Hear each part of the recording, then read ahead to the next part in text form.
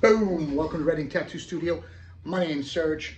We're going to be going over the lobe piercing today. For those of you that want to pierce at home or maybe become an apprentice or just become a piercer in general, I'm going to go over the ear piercing with you. As you can see here, I have a fake plastic rubber ear. You can get one on Amazon. Any of the body parts you can get, but today we're going to be going over the ear. Let's go over some of the things that you're going to need. Number one, I got my gloves on, right? We got to have cleanliness, right? A little bit of alcohol, right? We need some alcohol, something sterile, something to clean the surface of the ear with. Paper towels or sterile gauze. I do have a tongue depressor here with some Aquaphor, right? That helps to lubricate the needle. I'm going to use a 16 gauge needle today. You can use 16, 18, right?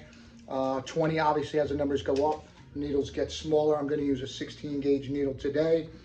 What else are we going to need? We obviously need an earring, right? With a back. So what we're going to use is a fake little stainless steel here today with a fake little butterfly back. Okay, that clicks on 3 times. I put my glasses on so I can see better. So what do we got? So we have a right ear, right? Right ear, boom, look at that, fake ear, okay? So first thing that we want to do, right, is we want to clean that surface, right? Always got to keep it nice and fresh and clean, right? Nothing dirty. So you're going to clean the ear. You're just going to practice this even though it's a fake ear. You're going to clean that, wipe front, wipe back, right? Really clean that area and make sure it is super sterile. So now, I also have a little marker, right? That is to mark the area that we are going to pierce in. So we're taking a look at the ear and we're looking and we're saying to ourselves, right? I hope everybody can see that. We're looking for points on the ear that help us mark, right? We don't want to be too far into the face, too close to the face, or too far out so where it looks silly, and we don't want to be too close to the edge. Why? Because that's where rejection happens. So if we pierce too close to any of these edges, right, of the ear, that earring could reject, pop out, fall out, over time get ripped out. So we want to be somewhere symmetrical with the ear. So we're taking a look at the ear and we're saying to ourselves, all right, where are we going to go? So I typically use this marker as a gauge, right? So I'll put it to the person's face and then I'll look at the ear, line it up with some cartilage, and boom, there's my mark. So I've made my mark. What do you guys think about that? Does it look even, symmetrical? Could it be down more? Could it be out more based on the person's ear? Could absolutely. So we could change that. So what we do is we just wipe that off. Boom, not a big deal, right? So again, looking at the ear, don't want to go too far out, too far in, right? I'm going to place another mark. Boom. I like that a little bit better. It's a little bit more symmetrical. A little bit more even, balanced on the ear, not too high up, not too low, etc. Again, you can measure. It's about a cap length and a half, right? And then again, it really is a matter of your preference, right? Obviously wrong to put it at the edge. Too close, right, is wrong, right? Good, better, best, right? So I can move it around there, but I like where we're at, all right? So we're going to move forward with that. So next what we do is I get a little bit of this ointment here. I use my tongue depressor. I got a little bit of ointment on here. I put it on my glove, right? So I just put it right on my glove and I'm going to put the needle there until I'm ready to pierce. Okay, open up my sterile needle, single-use needles here at Redink Tattoo Studio. We do not use needles more than once, okay? Do not. All right. You shouldn't either. Always use one needle per hole, per piercing. Never use it to do multiple piercings, right? Because you have to use it once. Typically, the tip of the needle is dull, all right? So get it straight.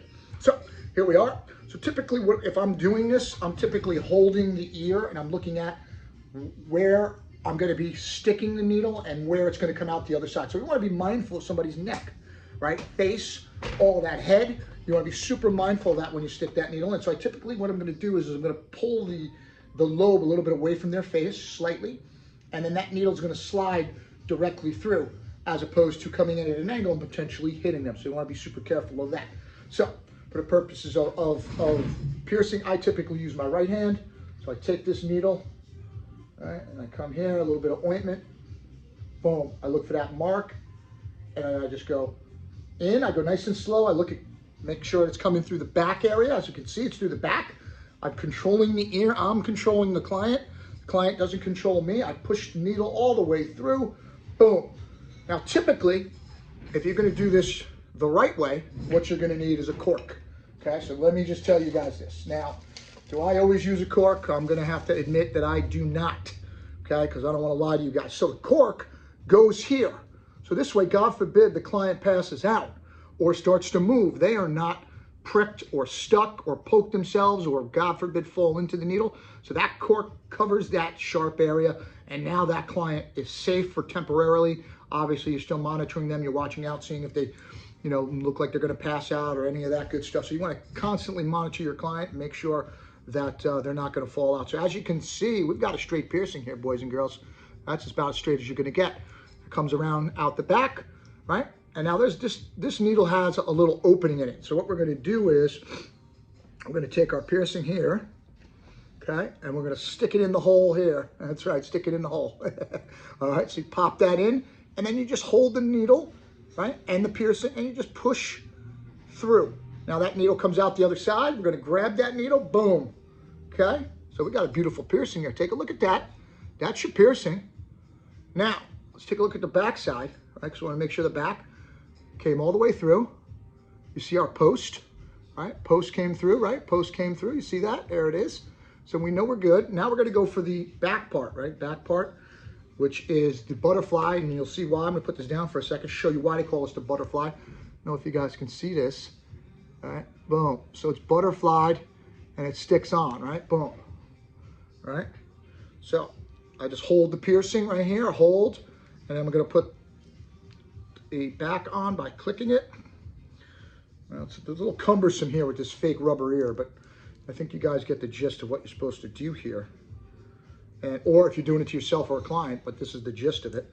All right, so I click it once, 3 times is too tight. It clicks 3 times. So 1, 2, 3, 3 is tight, 1 being the loosest. So that's your piercing right there. I want you guys to take a look. How does that look? Right? Leave your comments, questions, email me if you don't like it. Let's take a look at the back area, right? So again, we're looking for symmetry. Now, I always tell the clients this, tell yourself this. If you don't like it, you can take it out. Let the hole close up, you could do it again. That's the beauty of piercings. Unfortunately, tattoos, guess what? You mess one of those up, you can't do that. So that's the beauty of piercings. Now, typically what I do is I wipe this area down. Okay, so now we wipe the marker off, we wipe all that ointment off, we wipe any germs and bacteria that may have got there, all right? Boom, so that's your piercing. That's your fake little ear. You can practice your piercings just like that, right? All day long, take it out, put it back in, etc. So let's talk about 2 things, keloids, hypertrophic bumps, and or blood blisters. So typically when you get a piercing on the ear, the nose, any type of cartilage, sometimes people get bumps. Some people think that they're keloids, which they're not. So a hypertrophic bump typically, or blood blister as we like to say, because people understand that, typically a bump forms around the piercing, right? Forms around the piercing right there. And what's in there is germs, dirt, bacteria, and some skin. So the needle goes through, some of that stuff gets trapped in there and coagulates, and then all of a sudden, a few days down the road or a week down the road, a bump starts to form. Blood's in there. You can easily pop it, dry it out with tea tree oil.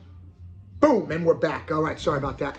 Temporary phone shut off due to memory storage. All right, so talking about our bumps again, boom. So now we got our piercing, we got our fake little ear. You guys did everything you're supposed to do. You got your gloves on, you got your ointment, you got your tongue depressor, you got your fake stainless steel earring. You're using some good metals, right? So stainless steel, titanium, gold, right? That's sort of the pecking order if you were going to do, you know, a piercing, what you would use, right? Nothing cheap in that area, no gold-plated nonsense, none of that crap. We don't sell it here, right? So boom, hypertrophic bump versus keloid. Keloid's more of a scarred tissue, hard. Probably have to go to a doctor, get off. A blood blister and or hypertrophic bump is that where germs, bacteria, skin get coagulate, and then they form a little bump, which blood and liquid are in there. You can pop that, break open the skin. I know it's going to bleed and it's going to hurt, but you can definitely take care of that. You will use tea tree oil a couple of times a day, right? A couple times a day. I would say morning, afternoon, and evening to dry that out, right? And then if there's any issues, you can always come check us out, Redink Tattoo Studio, 315 West 54th Street, 212-600-0993, info@RedinkTattooStudio. Make sure you follow us, YouTube, TikTok, Twitter, Pinterest, Tumblr, Instagram, Facebook, what else? Twitter, did I say Twitter? Yeah, we got all that. All right, any questions I got for my next videos? I'm gonna be doing nose, lip, mouth, belly, nipples. I'm gonna be doing it all. Instructionals, how to pierce at home, how to become a piercer, all the tricks, all the tools, all the things that you need to get your ass motivated. Hit me up, follow us, subscribe to my channel.